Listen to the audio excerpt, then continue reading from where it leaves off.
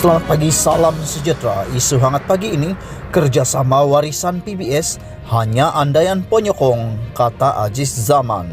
Berita sepenuhnya, kerjasama antara Parti Warisan Sabah Warisan dan Parti Bersatu Sabah PBS yang hangat diperkatakan baru-baru ini hanyalah andaian daripada penyokong kedua-dua pihak. Ketua Warisan Wirawarisan Datuk Aziz Zaman berkata, isu itu timbul selepas temu bual atau temu ramah menerusi satu forum melibatkan Timbalan Presiden Warisan Datuk Daryl Laiking dan Ketua UMNO Sabah Datuk Seri Bung Mukhtaradin sebagai panel. Dalam forum itu, moderator bertanya, adakah berlaku kemungkinan Warisan dengan UMNO mempunyai kerjasama? Datuk Bung memberi komen ketika itu mengatakan politik ini hidup, sebarang keberangkalian boleh berlaku. Begitu juga dengan Datuk Daryl ada menyebut bahawa dalam politik ini apa-apa keberangkalian boleh berlaku. Jadi itu memulakan tercetusnya hingga menyebabkan kononnya berlaku perbincangan antara Warisan dengan UMNO. Berkisarkan forum itu, satu lagi forum Presiden Warisan, Datuk Seri Muhammad Safi Abdal bersama media diadakan. Dan apabila ditanya berhubung keberangkalian kerjasama antara Warisan dan UMNO, beliau selaku Presiden Parti melontarkan cadangannya bahawa jika diberi pilihan dia berminat untuk bekerjasama dengan PBS kerana sentimen parti tempatan yang memperjuangkan benda yang sama, hak dan kepentingan rakyat Sabah. Lontaran daripada kata-kata itu, maka penyokong di kedua-dua pihak membuat andaian dan gambaran bahawa terdapat satu gerakan kerjasama antara PBS dengan Warisan. Katanya menjelaskan situasi tercetusnya kabar angin bahawa kononnya Warisan bergabung dengan parti tempatan untuk menubuhkan kerajaan baharu. Beliau berkata demikian ketika menjadi panel pada forum Bicara Minda.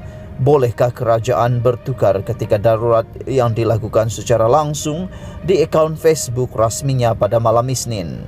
Bagaimanapun, Aziz yang juga ahli parlimen Sepanggar turut bersetuju dengan pandangan Bung Mukhtar bahawa banyak keberangkalian boleh berlaku dalam politik.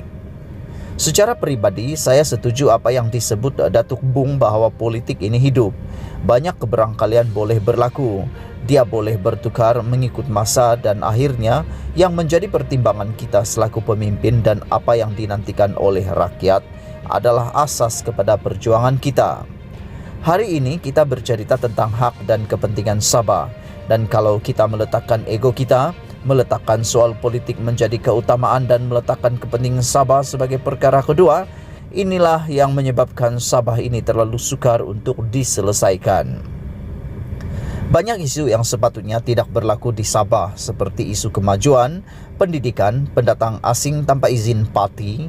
Banyak isu-isu yang sewajarnya kita dapat selesaikan jika kita bersatu dan saya nampak ada peluang di hadapan, katanya. Sehubungan itu, beliau sebagai pemimpin muda dalam Warisan bersetuju jika semua pihak meletakkan kepentingan politik dan ego membatasi kepentingan negeri Sabah. Sebab itu saya bersetuju dengan Muhammad Safi. Tetapi sudah tentu kita tidak memaksa. Jangan pula ada yang mengatakan kita terhege-hege, kita mahu jadi kerajaan, mahu berkuasa. Ini bukan disebabkan kuasa, katanya.